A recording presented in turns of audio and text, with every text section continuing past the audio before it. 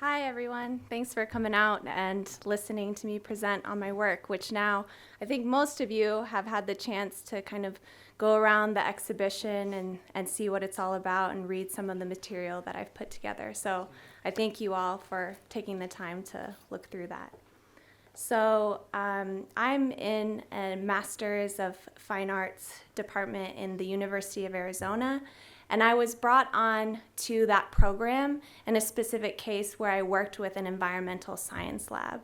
So I had moved to Arizona. Everything was very fresh and new to me. And through the lab, I had found out about the environmental challenges that face Arizona.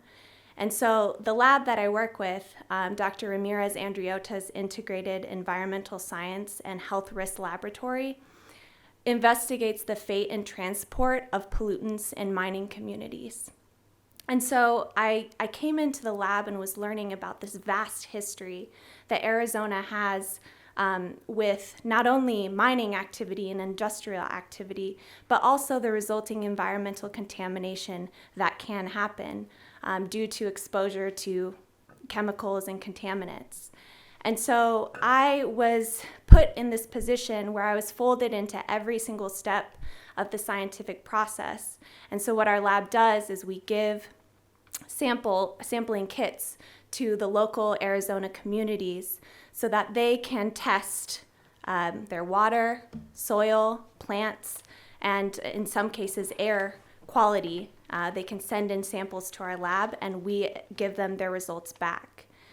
And so the solution that I came up with was what I'll be presenting on today of how to visualize this information so that it's not detached from the subject matter itself. What I found was that traditional scientific communication really doesn't reach the audiences that are impacted by environmental contamination. And when we think about the way that we interact with nature as something that's very tactile and encompassing and affects all of our senses, to reduce that data to a single point on a graph is really losing the experience of knowing what that data affects or what that data is correlated with. And so I wanted to think about creating a presentation of data that actually was similar to the experience of being in nature itself. And we know that, a lot of people, you give them a bunch of, it's even my job to research and look into studies. And sometimes I'm even like, I got to read another study with the findings and graphs, and you have to dedicate a lot of attention to that.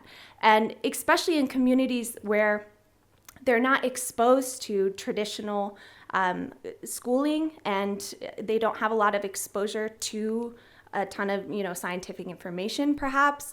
I think that we have to revisit the way that we're reaching communities through presentation methods. And and we know that sometimes that information isn't completely registering in terms of the way that people perceive their health risks in their environment. So when I was first getting started in the lab, I read up on, in Hayden Winkleman, for example, one of the communities that we work with, the blood lead levels in children, as published by a toxicology report, was 2 times higher than that of the national average. And, there's also been lead and sulfur dioxide detected in the air that is currently above the national ambient air quality standard. So in kind of understanding those things and also talking with the community about, well, we haven't really heard much information about these ongoing legal cases and the fact that we are out of compliance with the air quality standard. And where is that information? How do we get our hands on it? And so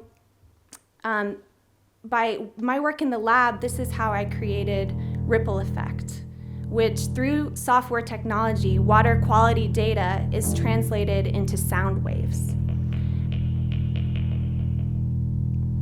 And so the installation consists of speakers that play the data soundtracks, which vibrate the water in trays that are attached. And so what participants experience is the water vibrates based on the chemical concentrations in the samples that they submitted. And so the concept is that we're personifying scientific data and linking it to this experience of the natural. And thinking of presenting this in an interactive and physical experience. So lining each speaker is an LED light strip that turns on every time an individual data point exceeds a standard set by the EPA.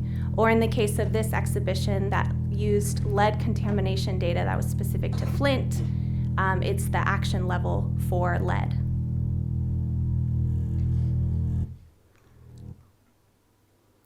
And so the concept really started when I met with a digital sound engineer, and we noticed similarities between the way that he composed his musical compositions and how there was a certain crescendo and decrescendo that happened. And I was making graphs at the time and noticed that the fluctuation of the data there was some interesting similarities. And so through Max MSP, we use sonic parameters to equate the higher contamination levels to more amplitude, more resonance and bass, and lower frequency, because that also increases the resonance. And so this exhibition travels to mining communities and communities around Arizona in general that face environmental concerns. So here's it interacting in Tucson, and all of these are really separate from museum spaces. They're in local community settings where people can gather and where they're already used to going. Here's South Tucson in the El Pueblo Community Center. Glow Miami in a museum. Hayden Winkleman, this is actually in their local high school. And Dewey Humboldt is in the basement of their library. So it travels many different places. And working with these communities, you really have a way to hear about their personal environmental stories. And so we know that art affects people. This is a study done by the University of Houston, and it shows what brain activity increases when viewing certain artworks. So people actually ranked a series of 400 images from 1 to 4, 4 being the most personally relevant to them. And they found that in a stair-step-like increase, certain regions of the brain were actually increasing in activity and response for the information that people found the most personally relevant by being exposed to 400 images. So thinking about what can art do? I mean, art really has a potential to speak to people, to reach them on a personal level, and to incite behavioral change and more cognition, more understanding of the environment. And so when looking at artwork that has been done, I came across LaToya Frazier, who actually worked with the community of Flint for years and did a piece that took Nestle water bottles and spelled out "Water is life" in Flint. And she worked with a local art collective. And part of what art can do is also place an individual and a subject matter within a social and political realm and have people really reflect, okay, how do I relate to these, whether it's a corporation, a state agency, and how is all of this contributing to a problem that may be at hand? And so through this piece, placing the individual, placing themselves as, okay, if you look at a corporation like Nestle and the fact that they're able to pump 400 gallons of water per minute out of Lake Michigan, whereas during that time there were citizens that had no access to clean water, you can see that a gap exists and inequity exists.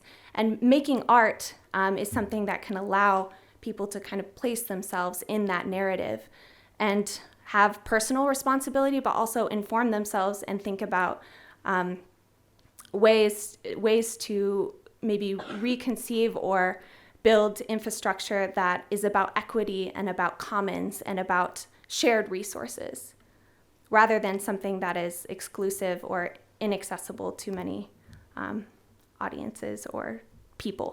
So here's what people were saying. We're actually measuring the impact of what ripple effect is doing in these communities. And so people are describing it as affecting all of their senses. One of my favorites is on the bottom, a participant in South Tucson was saying that if it's on paper, we might be falling asleep by now. Here you can see that someone said it makes a bigger impact than just looking at the numbers. And another participant said it made it more suspenseful. So we're really looking at the way that people are describing this and how it may be different than how they would describe a traditional scientific illustration or graph. Here's another quote that I love that we recorded 6 months after the event when we followed up with an interview. The participant talked about the water dancing. And so visual art is something that can elicit emotion and may help bridge the divide between scientific information and personal responsiveness and action. So I think that giving people the ability to make their own decisions about their environment and to see information visualized in a new way and create a space where they feel like they can make their own decisions and enact change in their immediate environment is something that I'm really interested in exploring with this exhibition and with all of my work in general, is that I believe that through art we can affect things like long-term behavioral change and community action. And that's what inspires me about this project and what I'll continue to explore with my work. Thank you so much.